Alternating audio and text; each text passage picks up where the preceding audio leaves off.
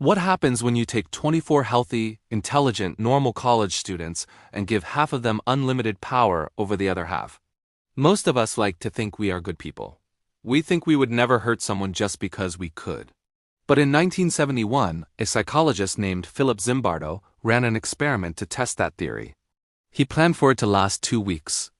But things got so violent, so dark, and so psychologically twisted that he had to shut it down in just 6 days. If you watched my last video about the broken window theory, you know Philip Zimbardo loves experiments that mess with the human mind, but this was his masterpiece. He set up a fake prison in the basement of the Stanford University psychology building. He found 24 male students with no criminal record and no psychological issues. A simple coin flip decided their fate. Heads, you're a guard. Tails, you're a prisoner. To make it real, Zimbardo had the actual Palo Alto police arrest the prisoners at their homes on a Sunday morning. They were handcuffed, searched, and taken to the basement.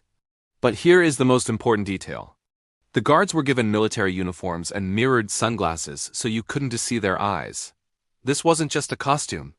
It was a mask that removed their humanity. The first day was awkward. Everyone knew it was fake. But by day 2, the game turned real. The prisoners tried to rebel. They barricaded their cell doors with beds. The guards didn't laugh it off. Instead, they viewed it as a genuine threat. They used fire extinguishers to blast the prisoners away from the doors. They stripped the prisoners naked and took their beds away. Psychologically, something terrified happened. The boys playing guards started to enjoy the cruelty. They forced prisoners to do push-ups for hours, sometimes stepping on their backs. They wouldn't let them use the bathroom, forcing them to use buckets in the cells. The prisoners stopped acting like students. They became depressed, submissive, and zombie-like. They genuinely believed they could not escape. The scariest moment came from prisoner number 8612. Less than 36 hours into the experiment, he began to scream, cry, and rage uncontrollably.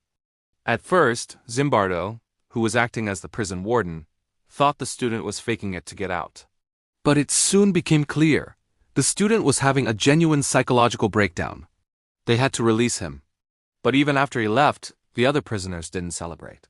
They were rumored to believe that 8612 hadn't been released, but that the guards had killed him. So why didn't Zimbardo stop it sooner? Because he was part of the experiment too. He got so lost in his role as the warden that he lost his objectivity. It took an outsider to wake him up. A fellow psychologist, Christina Maslach, visited the basement on day 6.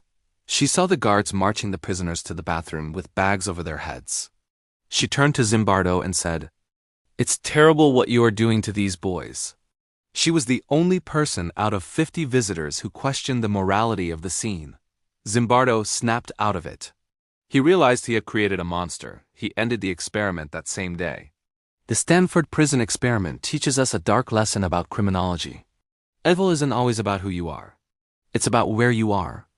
When you give good people absolute power and take away their accountability, the monster inside them can wake up very quickly. What do you think? If the coin flip had gone the other way, would you have been a cruel guard or a victim? Let me know in the comments below. And don't forget to like and subscribe for more stories on the history of criminology.